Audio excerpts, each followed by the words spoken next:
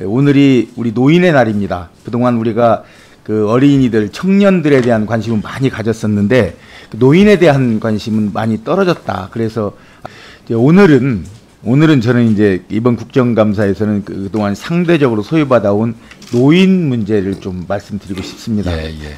행정안전부에서 맡고 있는 그 노인 문제만이라도 더 좀 그 관심을 가지고 그쪽에 좀 힘을 쏟았으면 좋겠다는 뜻에서 말씀을 드리는데요.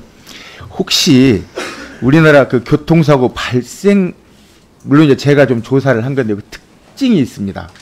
첫째가 보행 중에 사망사고가 가장 많습니다. 지난해 3,781명 사망자 중 40%가량이 보행 중. 그리고 둘째는 노인 교통사고가 많습니다.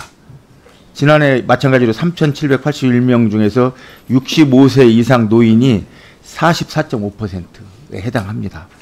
그리고 셋째는 지방자치단체에서 관리하는 도로에서 교통사고가 많이 납니다. 종합해서 보면은 지자체 관리 도로에서 발생하는 노인 보행자 사고가 가장 많다고 볼 수 있습니다.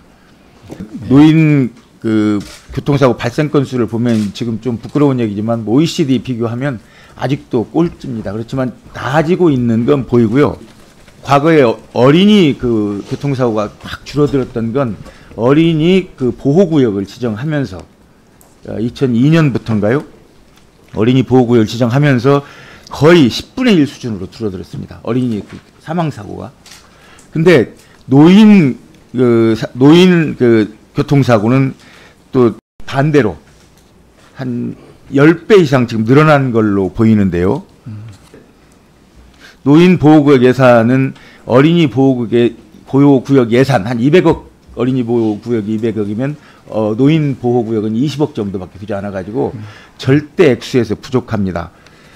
예를 들면 그 노인 보행자 사고가 많이 나는 지역들이 우리가 그냥 알고 있는 그 책상에서 알고 있는 것하고는 많이 다릅니다. 그래서 그 노인 보호구역 지정도 뭔가 변화를 했으면 좋겠고요.